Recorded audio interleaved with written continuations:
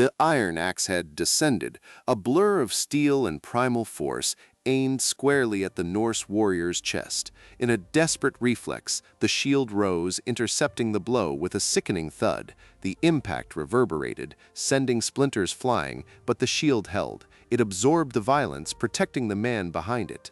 This was not merely a plank of wood, it was a carefully engineered piece of personal fortification, designed for survival. How did a Viking construct such a resilient barrier?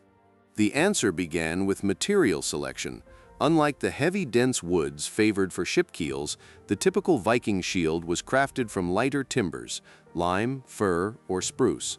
This choice was deliberate. A lighter shield allowed for agile defense and minimized fatigue during prolonged combat, while also possessing a degree of elasticity to absorb impact rather than shatter instantly. The core of the shield was typically formed from several radial planks, roughly 6 to 12 millimeters thick, joined edge to edge. These planks were not usually glued, but meticulously fitted. The grain direction often varied, creating a composite structure that resisted splitting along a single plane. This simple, laminated approach ensured that even a severe strike would damage only a localized section, preventing catastrophic failure. Crucial to the shield's integrity was its central boss, or umbo.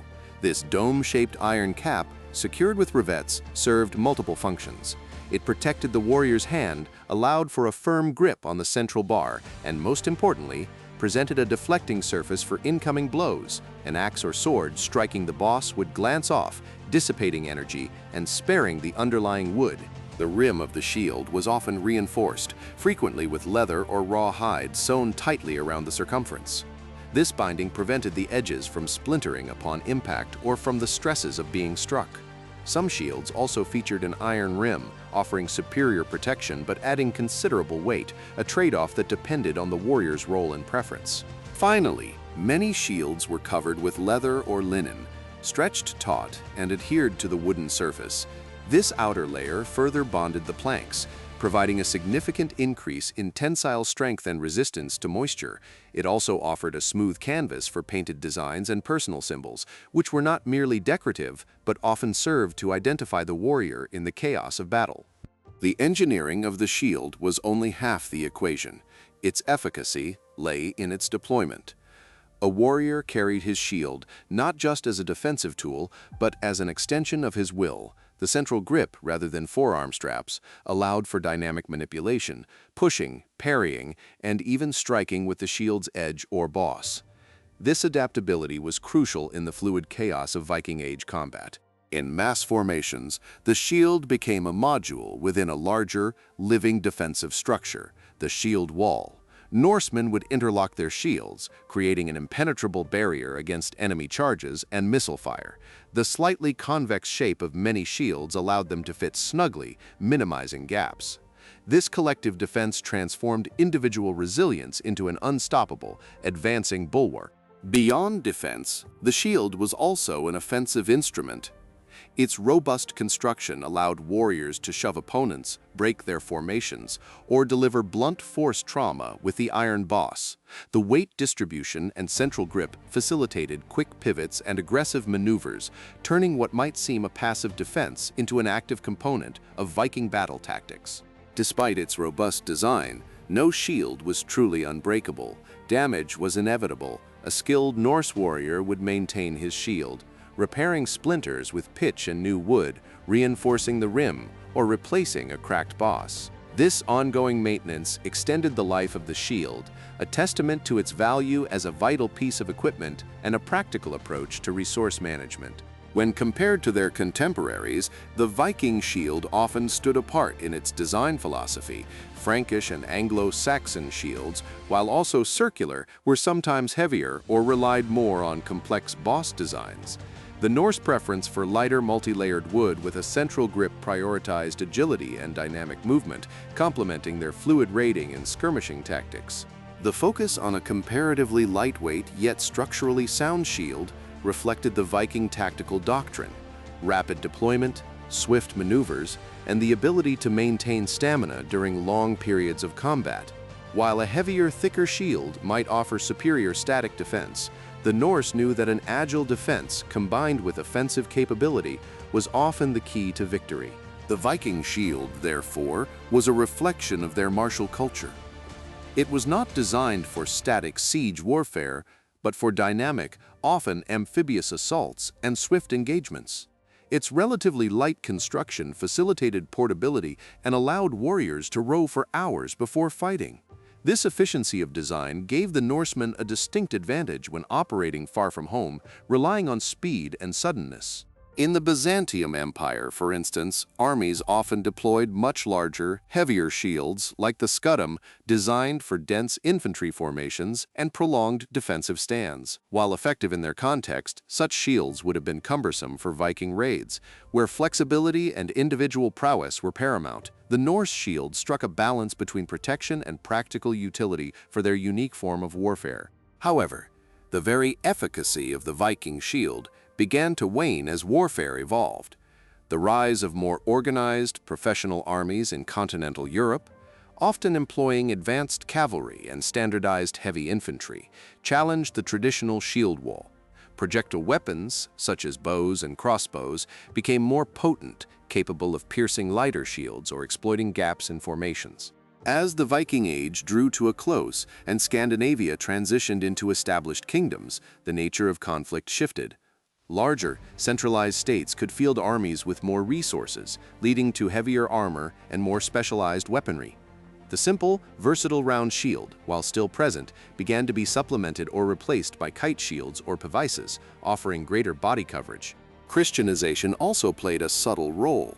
The adoption of new cultural norms and military doctrines from Christian Europe gradually influenced Norse armaments. The decentralized, raiding-focused society that championed the light, adaptable shield gave way to feudal structures and royal armies, which favored different defensive equipment tailored for different tactical realities. The long-standing practice of individual shield construction and repair also diminished as mass production of military equipment became more common. The personal connection to a handcrafted shield, often passed down or deeply personalized, slowly faded. The ethos of the self-reliant warrior, deeply intertwined with his carefully maintained shield, began to give way to a more standardized military logistics. The practicality of the Viking shield was also evident in its widespread adoption. Unlike the more complex and expensive armor of elite Frankish or Anglo-Saxon warriors, a basic round shield was relatively simple and cost-effective to produce. This allowed a greater proportion of the Norse population, from jarls to carls, to be effectively armed and protected, fostering a broad martial capability across society. Furthermore, the Viking shield differed from the early kite shields that became prevalent in Norman armies by the 11th century. Kite shields, designed to protect the legs of cavalrymen, offered significant body coverage but limited the agility of a foot soldier and were less effective for offensive pushing in a tight shield wall. The Norse round shield remained optimized for fluid, close-quarters infantry combat, and quick transitions. However, the very versatility of the Viking round shield faced challenges with advancements in armor technology. As chainmail became more common and affordable, providing better torso protection, the shield's role began to shift. While still essential, it was no longer the sole primary defense, allowing for a re-evaluation of its size and form, or even its necessity for certain types of warriors.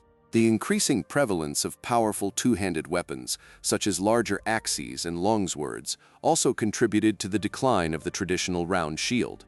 A warrior wielding a two-handed weapon could not simultaneously carry a shield, forcing a tactical choice, maximum offense or balanced defense. As battlefield roles became more specialized, some warriors sacrificed the shield for greater striking power. The political consolidation of Scandinavian kingdoms further influenced armament. Large, royal armies, engaging in pitched battles rather than swift raids, began to adopt more uniform and often heavier equipment. The individual craftsmanship and adaptive design of the traditional Viking shield gave way to more standardized and sometimes larger or more specialized defensive tools suitable for massed infantry. Additionally, the changing nature of naval warfare saw a decline in the use of shields as primary ship decoration. While still sometimes hung along gunwales, the practical need for quickly deploying personal shields from ship to shore diminished as longships transitioned from raiding vessels to trading ships or larger warships, where different defensive strategies applied. Ultimately, The shield's design, initially a masterpiece of adaptive engineering for its time, was eclipsed by an evolving European military landscape. The unbreakable quality was always relative, but its ingenious construction remained a testament to Norse pragmatism in an age of brutal close-quarters combat. It was a tool built for a specific purpose, one that eventually changed. The Viking shield, therefore, stands as a symbol of Norse ingenuity. It was not unbreakable in an absolute sense, but rather a sophisticated compromise between strength, weight, and versatility. Its design embodied the pragmatic spirit of a people who relied on their own hands and wits to survive and thrive in a harsh world, constantly adapting their tools to the demands of their environment and ambitions. Every curve of its boss, every thickness of its planks, and every layer of its covering was a deliberate choice, born from countless skirmishes and the harsh lessons of combat. It represented a sophisticated yet unpretentious piece of mechanical history, optimized for the dynamic, often unpredictable nature of Viking Age warfare and exploration. This same principle of purpose-built efficiency extended beyond the shield, manifesting in the sleek lines of their longships, the sturdy construction of their longhouses, and the intricate metallurgy of their weapons. The Norsemen understood that success lay not in overwhelming force alone, but in the intelligent application of resources and design tailored precisely to the task at hand. From the biting winds of the North Sea to the sun-baked shores of the Mediterranean, the Viking shield provided the essential defense that allowed their sagas to unfold.